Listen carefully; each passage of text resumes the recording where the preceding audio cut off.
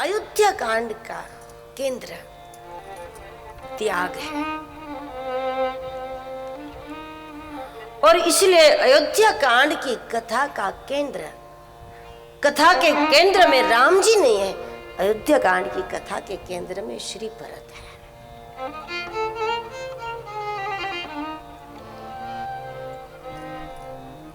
त्याग और प्रेम ये दो गुण ऐसे हैं, भरत जी से आप इसको समझ सकते हैं। त्याग और प्रेम ये दो गुण ऐसे हैं कि भगवान से दूर रहकर भी, शारीरिक रूप से कुछ न करते हुए भी निरंतर उसके साथ में रहना संभव हो जाता है। लक्ष्मण जी को राम जी साथ ले गए, भरत जी साथ भी नहीं है और भरत जी दूर भी नहीं है। यहां तक कि जब राम जी हनुमान जी को ये बताना चाहते थे कि तुम मुझे अत्यंत प्रिय हो, तब ये नहीं कहा कि तुम मुझे लक्ष्मण समान प्रिय हो। भगवान ने कहा तुम मम प्रिय भरत समभाई।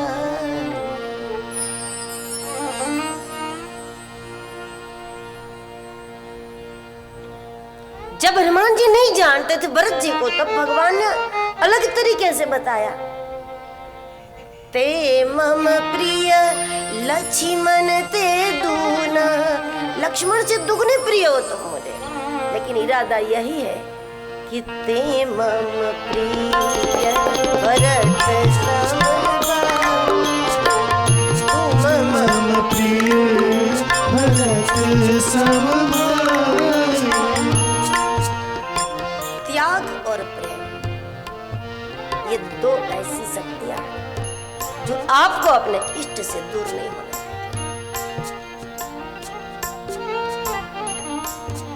क्योंकि जिसने त्याग किया, आपके लिए त्याग किया, उसको आप कभी नहीं भुला सकते। जिसने आपको लूटा, आपका ले लिया, धीरे धीरे आप भूल जाओगे, ठीक है जाने दो, लेकिन जिसने आपके लिए त्याग किया वो तो बैठ जाएगा, कभी आपने भूल सकते।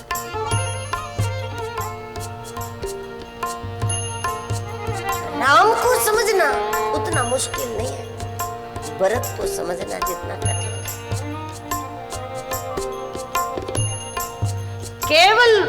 केवल राम भरत को समझ सकते हैं। त्याग और प्रेम की शक्ति को, प्रभाव को, परिणाम को केवल परमात्मा समझ सकते हैं, जगत नहीं समझ सकता। लेकिन राम जी भी बता नहीं सकते,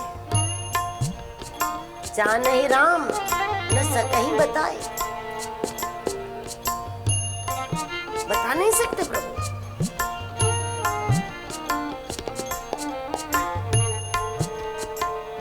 एक प्रकरण को समझने से इस त्याग और समर्पण की ऊंचाई को आप समझ पाओगे।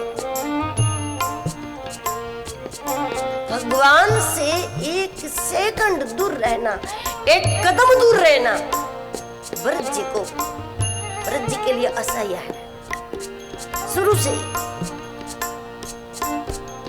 फिर भी पूरा बचपन ननिहाल में बिताया, 14 वर्ष राम वन में, भरत जी अवध में। दूर ही दूर,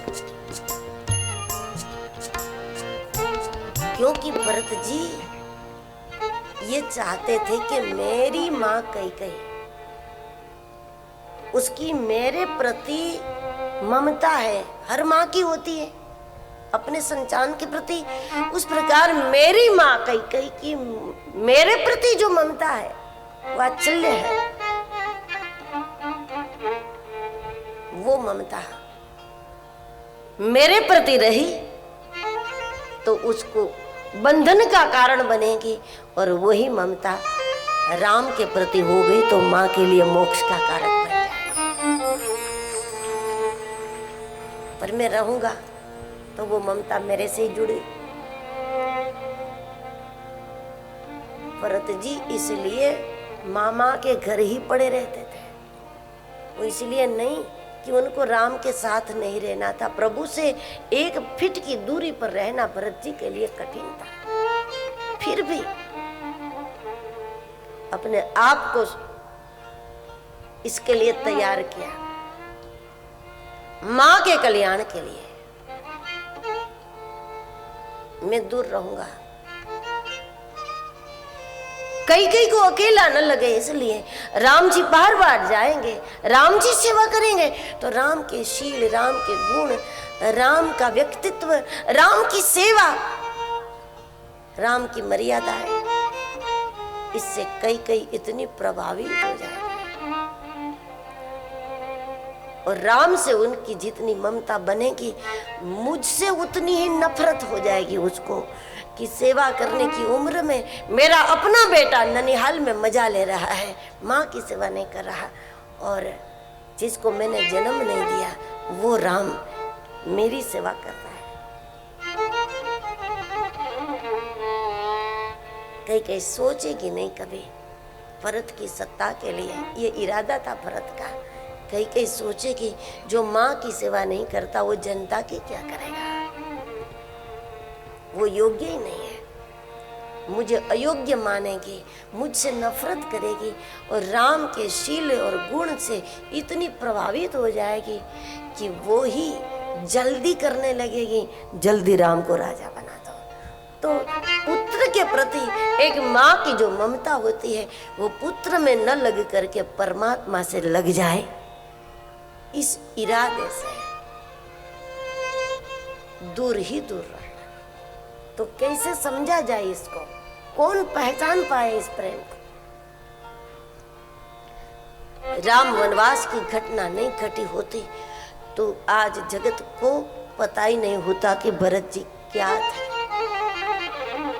उनके प्रेम, उनके त्याग को कोई नहीं समझ सकता। ये तो अच्छा हुआ भगवान ने वनवास का एक निमित्त बनाया और इसी निमित्त से अयोध्या की जनता को भरत की भूमिका का साक्षात्कार हुआ। और जहां एक भी ऐसा हो, कोई एक भी जिस घर में ऐसा हो जिसको देना ही है, लेना है ही नहीं, जिसमें प्रेम ही है, नफरत है ही नहीं, ऐसा एक भी व्यक्ति घर में हो तो तब भी उस घर में कभी युद्ध नहीं होता, वो अवध बन जाता है। एक भी ऐसा हो तो फिर हाथ से टल जाते हैं, घर टूटने से बचता है, वहां वध नहीं होता।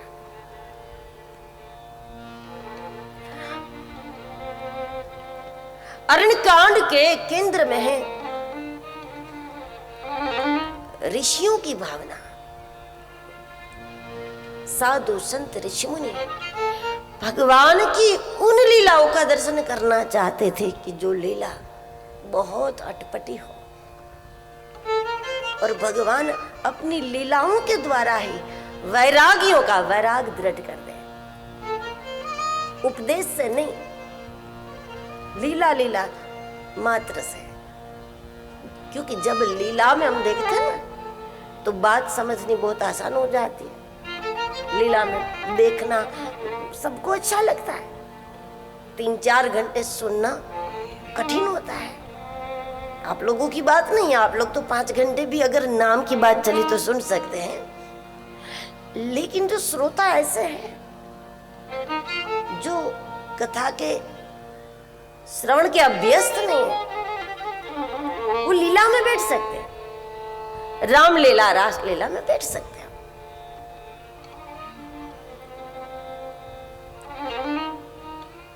तो जब हम लीला में कुछ सुनते देखते तो जल्दी समझ में आ जाता है, आनंद आनंद से। ऋषि मुनि ये चाहते थे, तो भगवान ने इस प्रकार की लीलाएं की। अरण्य कांड की सारी लीलाएं इतनी अजब गजब है कि उस लीला का सब अपनी अपनी भूमिका से अर्थ कर सकते हैं।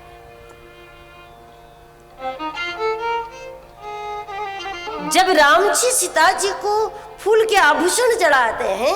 ऋषि मुनियों ने कहा आपस में, मुझे लगता है कि भगवान, ये आपस में बात कर रहे हैं कि मुझे लगता है कि भगवान हम सबको ये बता रहे हैं कि अगर तुम्हारे जीवन में सुगंध आ जाए और औरों के लिए खिलना, औरों के लिए काम करना, परमार्थ की भावना आ जाए, तो परमात्मा तुम्हें चुने और चुन करके तुम्हें भक्ति देवी के चरण का आभूषण बना दे। जो परमार्थी है वो पृथ्वी का आभूषण है। वही दृश्य जब इंद्र का बेटा देखता है तो उसकी ईर्ष्या बढ़ जाती है। वैसे भी थी उसमें, तो वो कौवा बन के जाता है, अपराध करता है। एक घटना को एक दर्शन भाव से देखता है, उसी घटना को दूसरा द्वेष बुद्धि से देखता है।